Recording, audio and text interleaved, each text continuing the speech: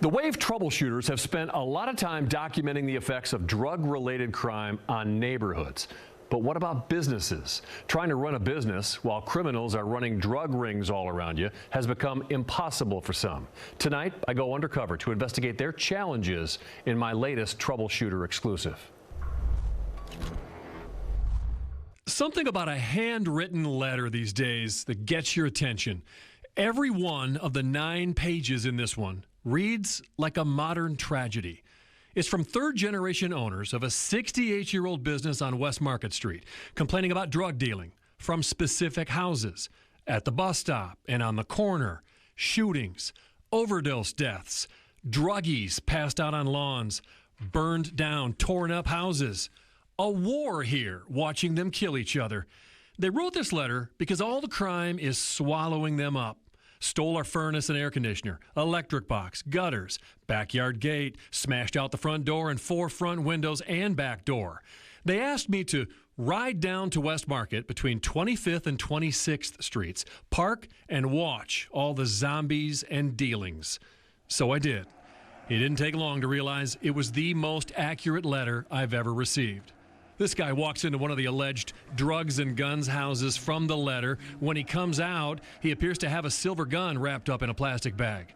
When no one's home, the customers wait till they come back, fork over the money. These two go up on the porch, sorting out the order, small pieces of something white. When she turns around, you can see a big gun tucked into the front of her pants. The customer collects his order and disappears behind the house. The apparent dealer then sits down, pulls out his piece that was wrapped up in a rag and puts it in his pocket. Why does everybody appear to be armed on this block? Because hand-to-hand transactions are everywhere I point my camera, and people get shot to death. Most recently, August 15th at 26th and Market. Sacks of crack and other drugs at the bus stop every time I watch. Just like the letter spelled out, hand-to-hand exchanges, cash out, then they fire up the crack pipe right there. Baggies everywhere, people checking their supplies. When they run low, there's plenty more for sale. How often do you see police? You don't see police. What are you talking about? You don't see police. The letter writers invited us into the barber shop. They're getting ready to close with one request: hide their face to reduce their chance of getting shot. Only items that haven't been stolen: the 68 years of customer photos painting the walls. There's people passing out on the sidewalks here. They're coming up to our customers. You want to buy something? You want to do this? And our customers are afraid to come here anymore. They say they went to the 1st Division police station to beg for help. And the lady said, well, you just need to move your business somewhere else, don't you think? And how did you feel about that? oh, it was like, this is crazy. This is very frustrating. Very, very frustrating. That you can't talk to a policeman about something. And they just, you know, we've told them about the drugs going on those ends. Nobody will do anything.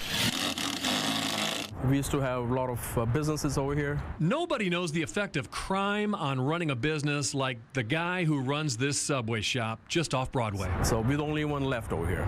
It looks closed, like the other businesses around here, because it's boarded up, the whole place. The only way you know it's open is this sign. Everybody's suffering, you know, they're vandalizing the windows all the time, so we don't know how long we're going to survive here. Boards are the only weapons Rahul Lohar can defend himself with. After one break-in burglary, then another in a 2-week span. We have to board it up. I mean, we can't put the glass because he's going to do it again.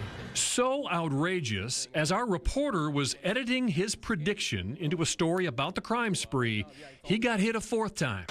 And about an hour before our show, he let me know that the thief had struck again. So here it is. Take a look. You can see this front window behind me has been completely shattered. What Rahul Lohar doesn't know is the biggest drug dealing spot in town, according to a recovering heroin addict, is half a block away on the sidewalk outside the downtown Thorntons. It's easier to buy heroin than it is for me to go buy cigarettes at Thorntons at First and Broadway. Every time I watch, wads of cash and lots of transactions. What are they serving? I swing around and park in the same lot police are driving through and record a guy serving up customers out of a backpack, as fast and furious as the nearby Thornton's cashier is selling coffee.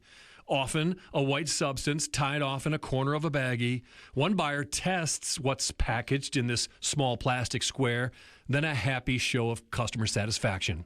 In the middle of the felony frenzy, what appears to be a homeless outreach car pulls up behind and delivers the dealer a warm plate of food. 45 seconds later, he's back to serving more customers. The surreal scene continues long after dark. This guy pouring something white out of a container and loading a crack pipe, filling baggies, taking payments from multiple customers. It's like trick-or-treating, but the candy at First and Broadway appears to be crack, heroin, meth, and marijuana. It happens here too. People were doing a drug inside the restroom.